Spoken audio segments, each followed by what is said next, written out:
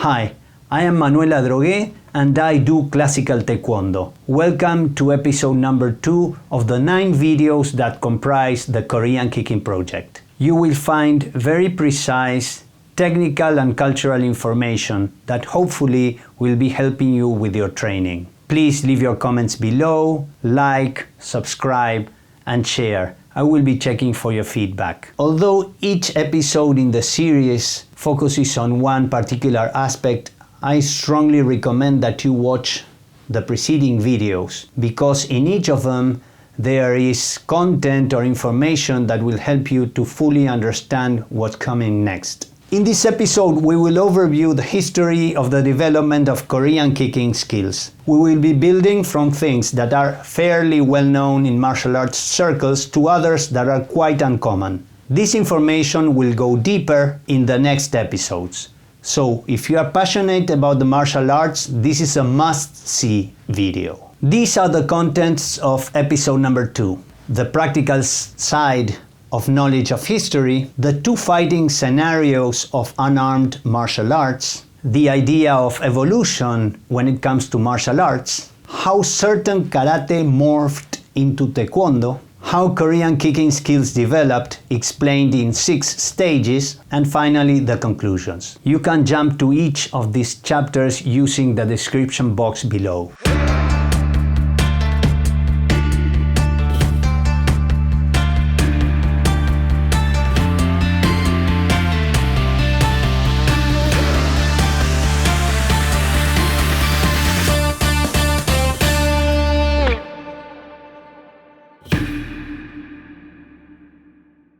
First, I want to make a very short comment about Korean names in this series to avoid confusions. Here you will find many Korean names that you may know, but written in a different way. There are several ways to carry the Korean alphabet, which is called Hangul, into Roman letters. Instead of choosing one consistent method throughout the whole series, I have chosen to respect the way names are known in the West.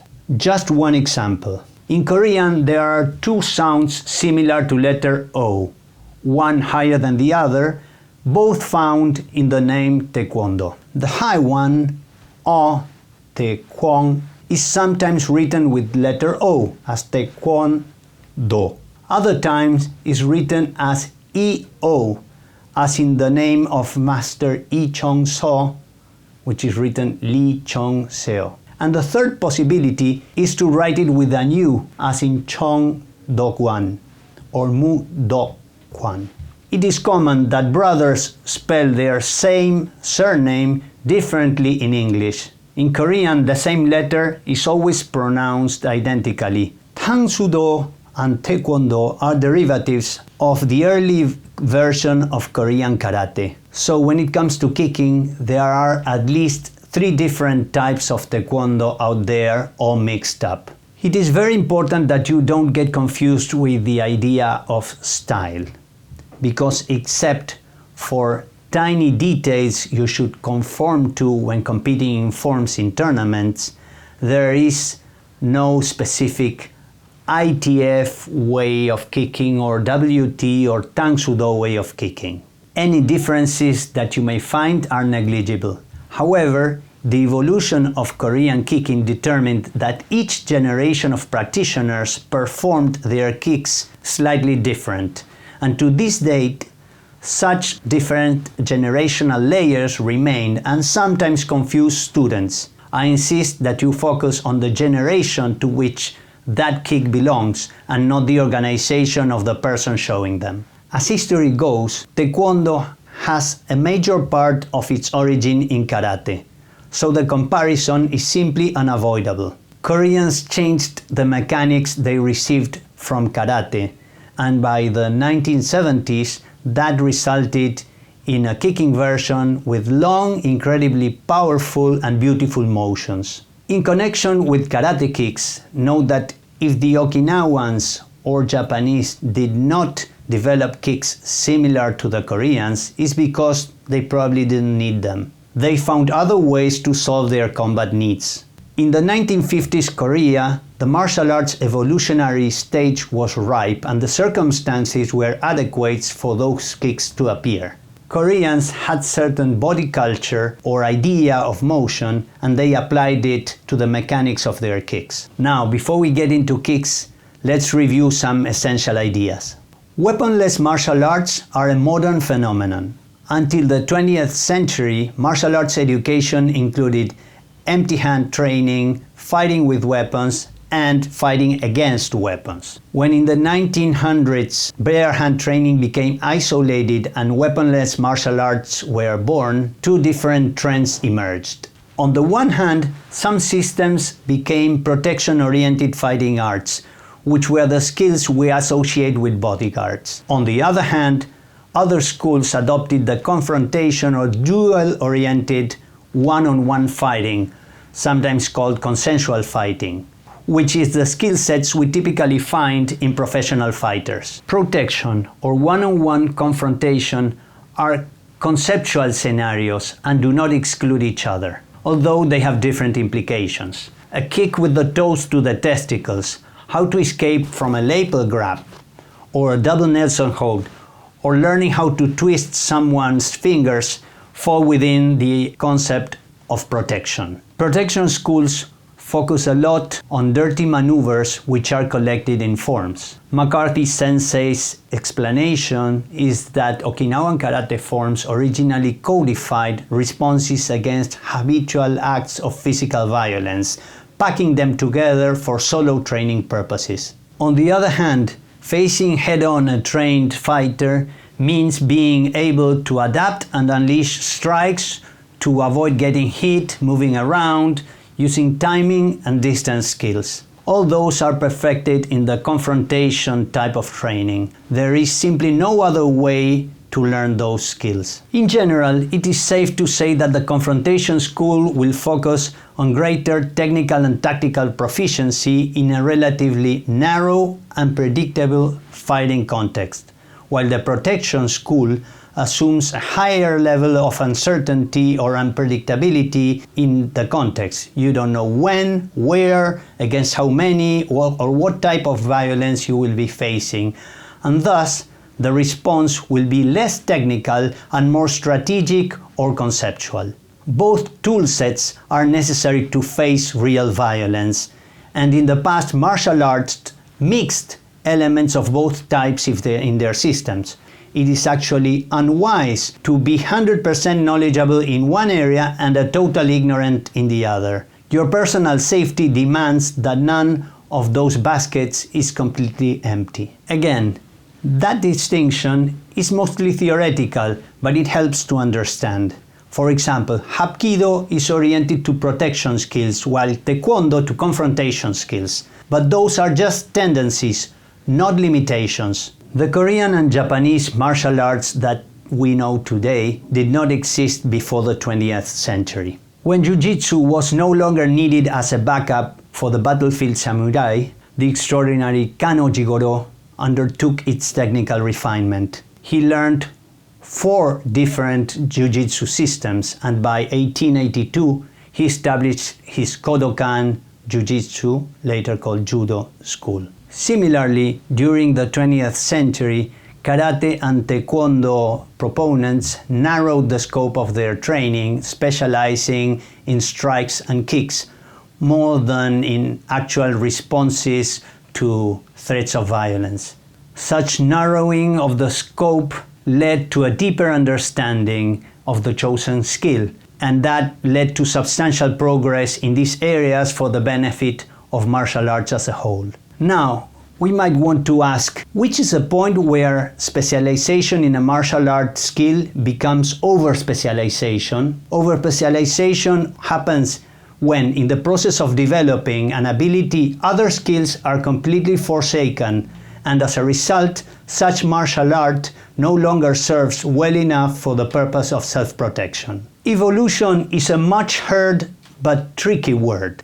People used to tie it to improvement, although it more precisely means variation for a successful adaptation to new circumstances. At the turn of the 21st century, karate and taekwondo have changed to survive in the modern world of supply and demand. No one can deny that Taekwondo or Karate have evolved, but some question whether they have improved. This series is about that.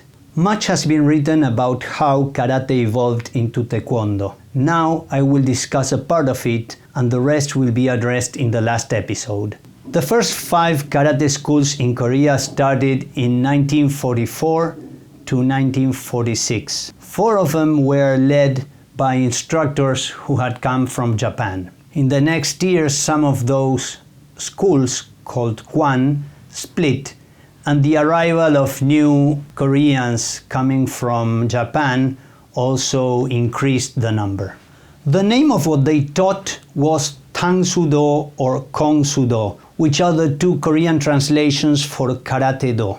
Those founding instructors were in their mid-20s, except for Chongdo Kwan, founder, who was 37 years old by then. They were all essentially teaching the methods taught by Gijin Funakoshi in Japan, although one of the pioneers had practiced with Toyama Sensei and had a strong Kung Fu background and called his art Kwonbop. In their training, Koreans very soon started to consider sparring as important as forms. Destroying hard objects with their hands and feet became a frequent and objective way to test their skill, and soon sparring, forms, and breaking became the ruling trinity of Korean karate. The Korean War entered into truce in 1953, and South Korea increased its militarization.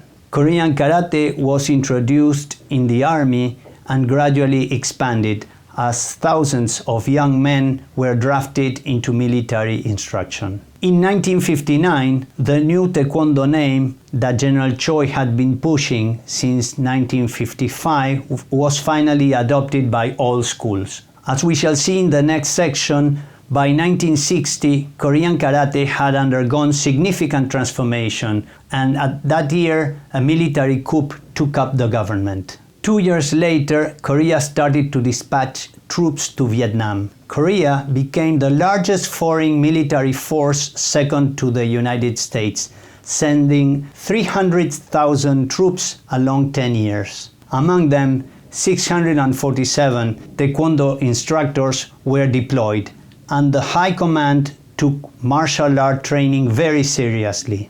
The 9th White Horse Division, the 2nd Blue Dragon Marines Division, and the Tigers Division were composed by Taekwondo or Hapkido black belts that kept up their training even on the field. The first Taekwondo championship was organized in 1962 in the military school, and immediately Taekwondo competition became part of the National Sports Festival, a milestone as governmental recognition. So Vietnam deployment and competition Taekwondo started on that same year, 1962. At that point, the Korean Taekwondo Association was in charge of developing competition within Korea, with crucial achievements that I will describe in the next section, while General Choi was focusing on sending instructors abroad to spread Taekwondo worldwide. In 1965, General Choi made a first promotion to Europe, the Middle East, Singapore, and Malaysia, surrounded by young instructors who destroyed bricks and flew around spinning and going airborne, smashing objects. This is all very well described in Alex Gillis' book A Killing Art. Most of the members of the team had served in Vietnam as combat instructors and were also sparring champions: Han Cha-kyo, Choi Chang-gun, Park Jong-soo, Kong Yong-il, and Kim Jong-chan. Slowly, Taekwondo was becoming known outside Korea. By 1971, the Korean government had understood the potential for national promotion, and General President Park Geun-hye declared it a national sport, seizing full control of Taekwondo. In the late 60s, a young, skilled Wing Chun Kung Fu instructor called Bruce Lee was making a sensation in the United States martial arts scene. Wing Chun is a front-oriented, squared, short-range combat method based on efficiency in the use of fists and open hands with a very practical approach that just uses a few kicks below the waist. Wing Chun's range, body position and tools are very different from Taekwondo, but both were similar in their pragmatic approach to succeed in combat. In 1966, Taekwondo instructor Ri Jung-gu, the famous Jun Ri, impressed Bruce with his kicks, and they became friends, exchanging information. Ri taught Bruce the proper mechanics of the Korean side kick, the round kick, and the reverse turning kick. As a gifted martial artist as Bruce was, he immediately picked up the moves, practiced them, and mastered those kicks, which made him famous around the world. Bruce proved to be a noble friend by introducing Ri to Hong Kong action film industry, which opened the door to Koreans. In no time, the acrobatic spinning and jumping Korean kicks were shown in Hong Kong kung fu movies. Those kicks were taught or directly performed by Koreans, including Hwang In-sik, Hwan Jang-lee, Kim Jin-pal, Kim Bok-man, Ji Han-jae, and himself, Ri Jung-gu. Kim Jin-pal established a Hapkido Dojang in Hong Kong, where he taught the most prominent stars, Jackie Chan, Sammo Hung, Carter Wong, and Angela Mao, who obtained their black belts under him. At that time, Kim Bok-man established more than a dozen Taekwondo centers in Hong Kong. So, Korean kicks helped Bruce to succeed in the silver screen, and Bruce helped Korean martial arts to become recognized worldwide. Upon request of Generalissimo Chiang Kai-shek, in 1967, General Choi dispatched 5 Taekwondo instructors to the Taiwanese armed forces. In that way, Taekwondo influence was brought to many Kung Fu stylists whose students later believed that those kicks were Chinese. By the 1970s, Koreans became known as the best kickers in Asia. Although they were only 50 years apart, the movements of Taekwondo were dramatically different from those used by Okinawan Karate. How did that fantastic transformation occur? Let's take a look at that transformation in 6 stages. First, Okinawan Karate. Second, Japanese Karate. Third, Korean Karate. Fourth, Classical Taekwondo. 5, the WTF first stage towards Olympic Taekwondo. And 6th, the 21st century post-martial Olympic Taekwondo. Uchinadi or Toudi, which today is known as Okinawan Karate, was a composite of layers of Kung Fu that had arrived from southern China along several centuries, gradually modified and mixed with local practices by the Okinawans. Each teacher trained his students personally, passing his knowledge on an individual basis. It was frequent that along decades, students would seek instruction from several teachers. Due to its use at the Shuri court, Toudi became essentially a protection bodyguard type of art, not a confrontation system. In connection with kicks, according to Nagamine Shoshin, by the end of the 19th century, in Okinawan Karate there were 3. The 2-level jumping front kick today popularized as a crane kick, a low front kick with the toes, and the sharp side kick to the knee. There are no accounts of any type of round kick. So we are talking about 3 kicks. Other foot maneuvers may have existed, but they were not consistently practiced. Now, the second stage starts when in 1921, Funakoshi Gichin, an Okinawan master, settled in Japan to teach karate. Fellow Okinawans Motobu Choki, Mabuni Kenwa, and Toyama Kanken also established their schools in the main island. Cultural differences between Okinawa and Japan were deep, as Japan had annexed the Ryukyu Islands, which is the archipelago of which Okinawa is the main island, by political oppression in 1872.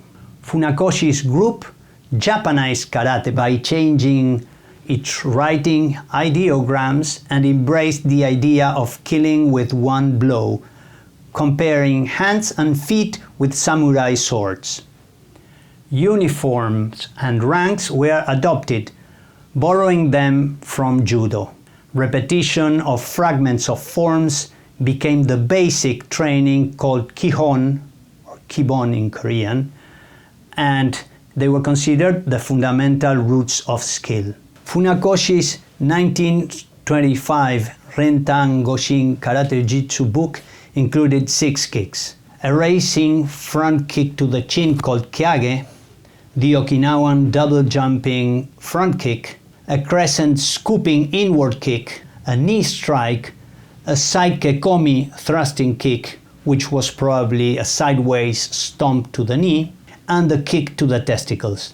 It is interesting that a front kick to the rear, followed by a knife hand block in Okinawa's Pinan Shodan Kata, was later transformed by Funakoshi into a side kick in Heian Nidan.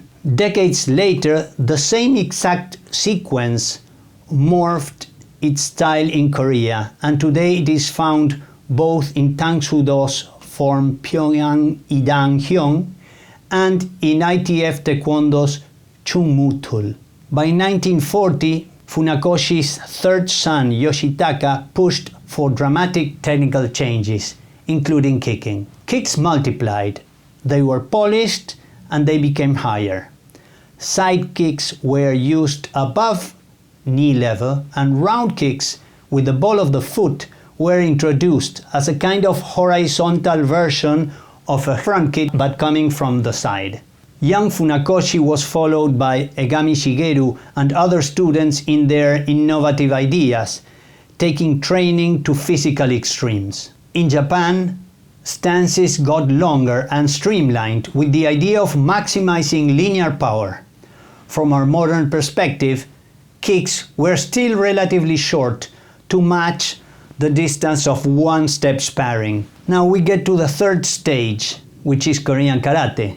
In Korea, free sparring was introduced during practice, but its mechanics remained largely affected by the basics taken from the Karate Kata.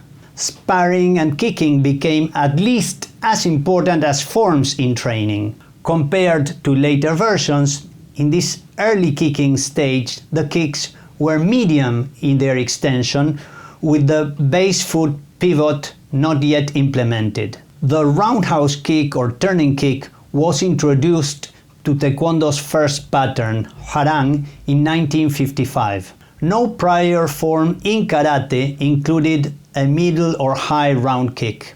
It was done at head level in Hwarang in a diagonal 45-degree angle with the ball of the foot, which to these days has been kept in ITF forms.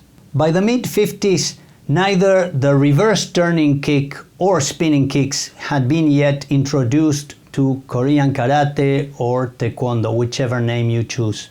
Hwang Ki's 1958 book, Tang Soo Do Kyobon, deserves to be mentioned as the pictures of his Mudok Kwan members show a particularly advanced phase of Koreanization compared to the photographs of other schools at that time, which still kept much of the Japanese flavor. The kicks of the Mudok Kwan were very different from Japanese karate. Hwang included in his book 12 leg maneuvers and kicks, most of them to the head, including an inward and outward crescent kick, the so-called twisted kick with the outer instep, a far-reaching round kick at a 45-degree angle, and a very extended side kick with an arched back, which was completely new. The Koreanness, so to say, of those kicks can be appreciated in their fully pivoted base foot, an extreme alignment and the extension of the body,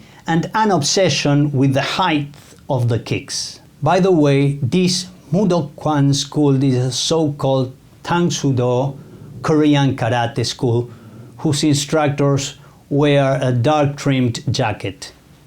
It is the school where years later Chuck Norris, Cynthia Rothrock, and Jean-Claude Van Damme as well as my own teacher, would learn their kicks. The fourth stage is the golden era of kicking, where classical taekwondo is born.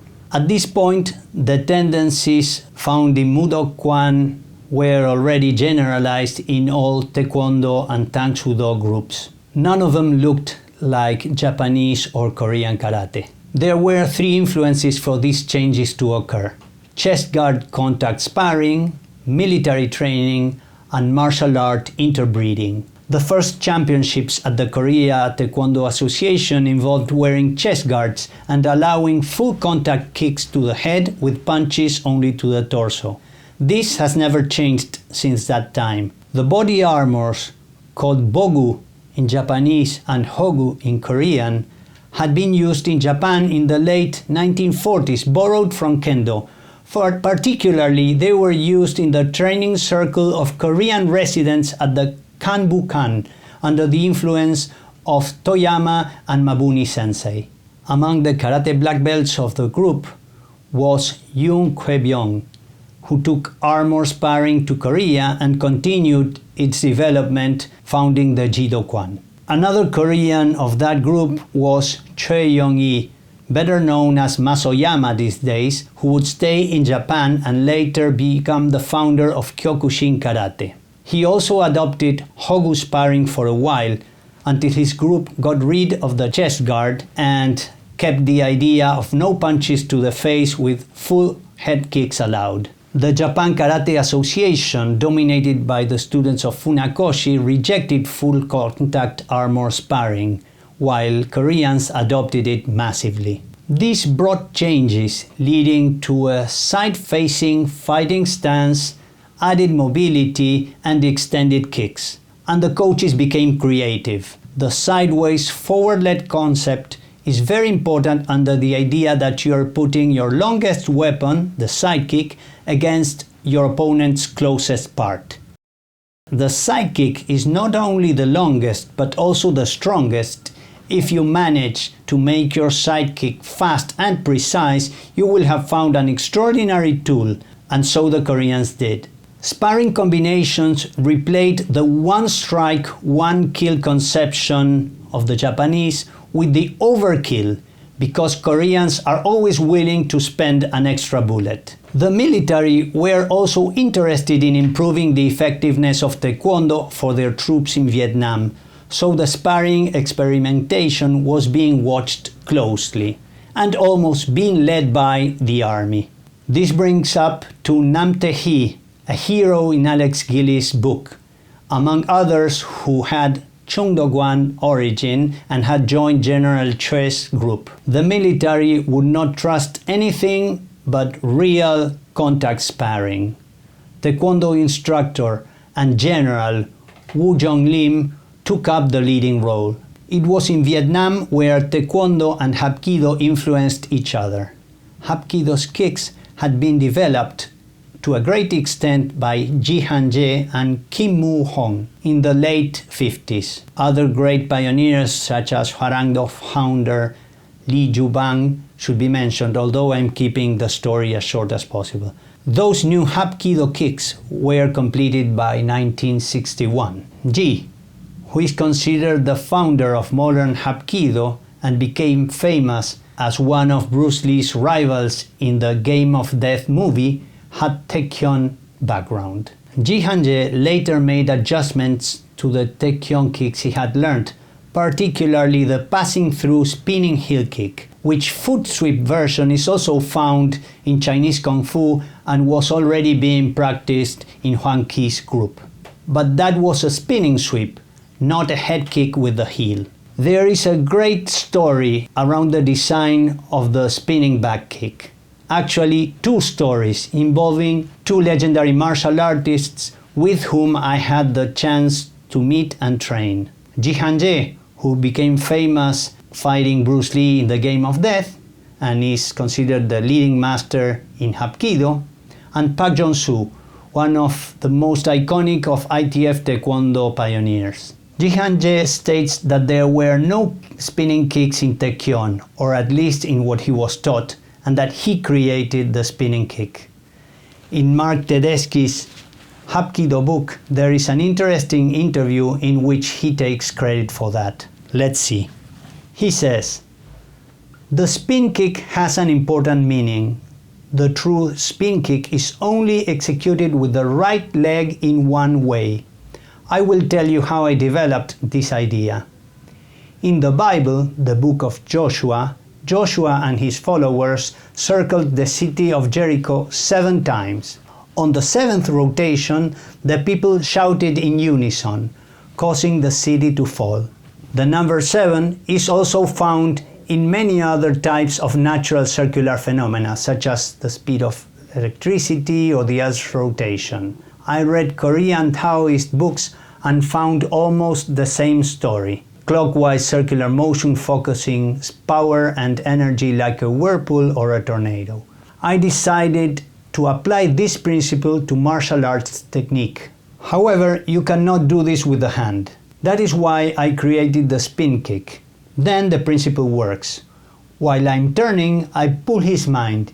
In 1/100th of a second, I make my opponent a dummy. Then I kick him here." And G points to the temple. "It is only for killing. And that is why I made the spin kick. It is mine."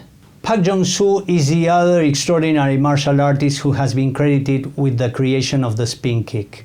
He was a student of Nam Tae-hee and one of the first of Korean champions. He was the first in Taekwondo circles experimenting with this technique. Park was a training fanatic searching to improve his arsenal, and he came up with this spinning round kick which he had never seen in Korean karate groups. General Choi pressed wanting to add new techniques to Taekwondo, and Park practiced this technique day and night and polished it until he could perform it flawlessly. General Choi called this kick the reverse turning kick. Hapkido brought training ideas to Taekwondo and vice versa. For example, Kim Sang-guk, who had trained at the Mudok Kwan, then became a student of Jongdok Kwan's head, Eun-kyu. He recalls being an incredibly dangerous fighter with his sliding sidekick. Kim Sang-guk was a second-generation Hapkido instructor as well as a Jongdok Kwan member, one of the many connections between Hapkido and Taekwondo. By that time, a group of Mudok Kwan instructors, led by Hong Jong-soo, who is my Mudok Kwan great-grandfather, joined the Korea Taekwondo Association and thus brought the Mudok Kwan perspective into Taekwondo. The presence of a rather strange twisted kick that was a slap to the outside with the instep, not a particularly dangerous kick, a typical Taekyon move, can be found in early Mudok Kwan and Hapkido. It shows a convergence and makes us wonder about the connection between Mudok Kwan and earlier Taekyon, which so far has been dismissed by most authors. By the early 60s, exhibitions of both martial arts were showing exactly the same acrobatic jumping kicks not previously seen in neither karate nor Taekyon. Going back to more combat usable kicks, between 1955 and 1960, Taekwondo developed the spinning sidekick, not previously known either in karate nor in Taekyon or Hapkido.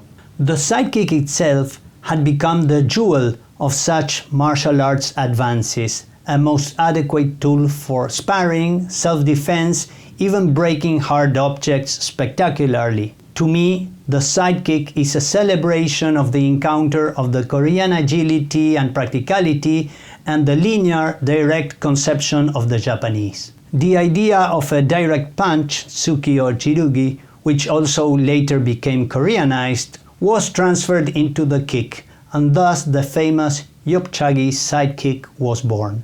According to Jido Kwan fighting pioneer Lee Jung-woo, martial artists in China, Okinawa, and Japan had been practicing their forms for centuries. So, if Koreans intended to surpass them in the martial arts, they should focus on sparring, particularly through kicking using typical Korean motions.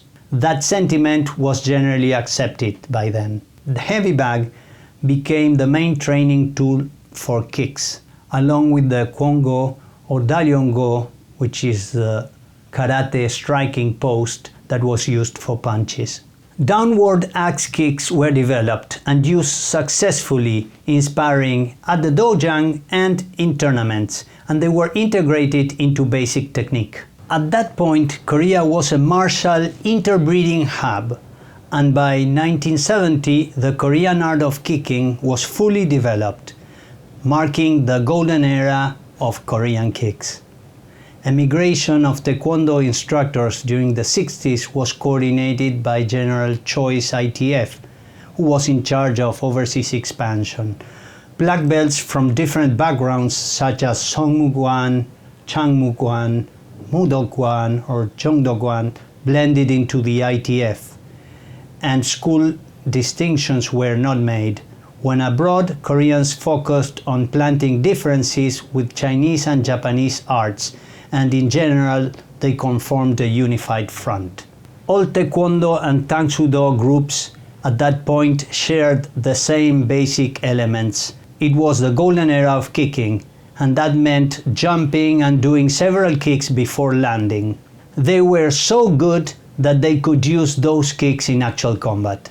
And talking about the golden era, I have spoken about Chuck Norris, Cynthia Rothrock and Van Damme. There was another Mudokwan member who spread quality style Korean kicking abroad. I'm talking about Ernie Reyes, an exceptional American-born Filipino-blooded martial artist who had learned under Dan K. Choi. Reyes learned in California and traveled to Korea to further train under pioneer Ko Eun-min, and made up his way to obtain the third place in the 1977 WTF Chicago World Championships. Reyes established the famous West Coast Demo Team, which in the 80s set a standard for Hollywood martial arts. That included Ernie Jr.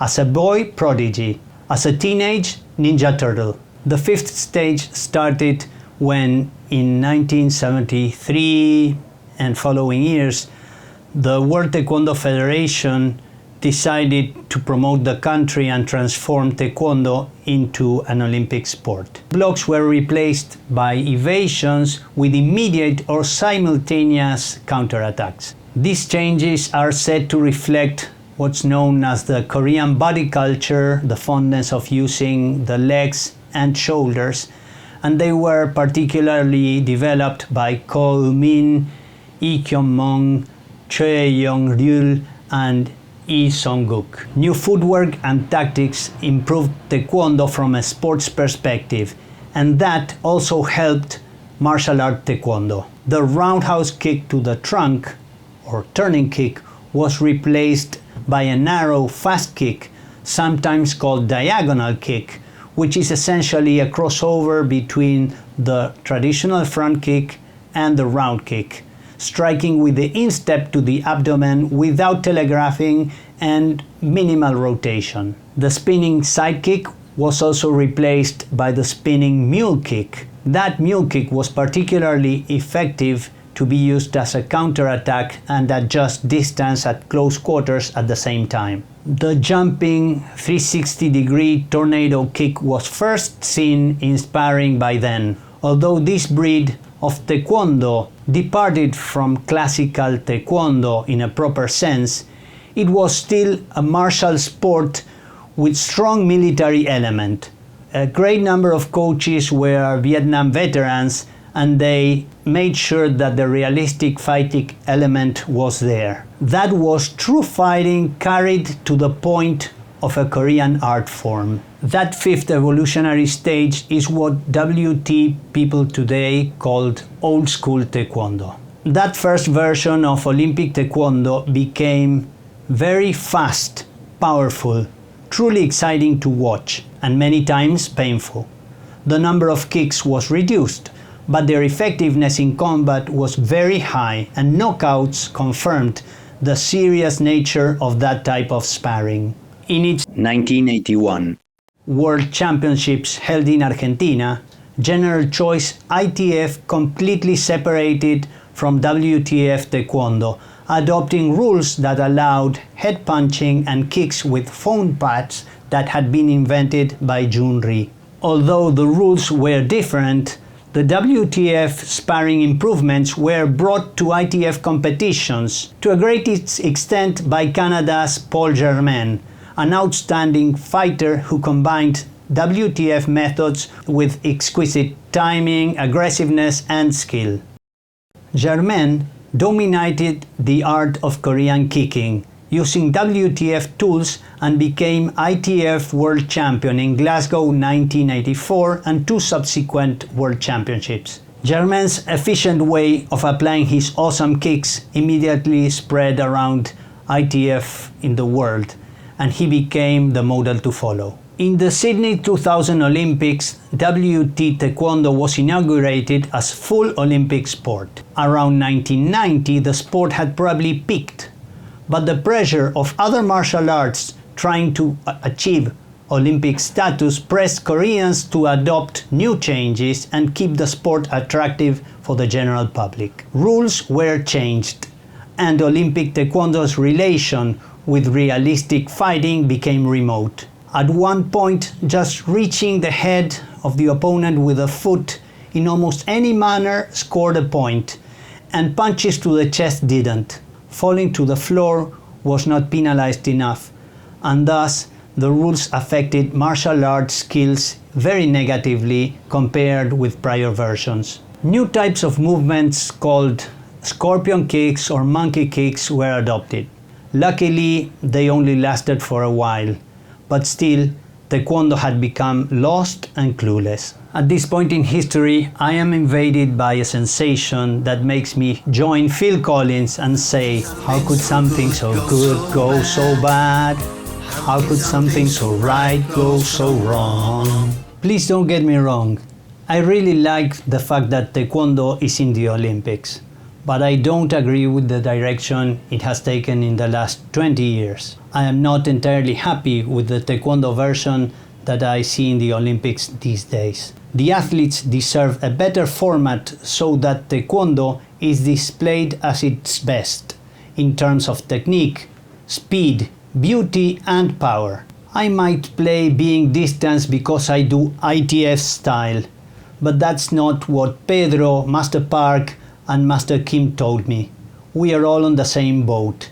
As we have seen, a fantastic transformation of Korean martial arts kicks occurred in just 30 years, from 1945 to 1975. Actually, it wasn't a transformation, but a complete substitution of the kicking ideology that was earlier found in Korean karate. Kicking-wise, Tang Soo Do and Taekwondo are not a new variety of karate, but something conceptually different. Full contact sparring was an essential part on how Taekwondo came to exist, along with military training.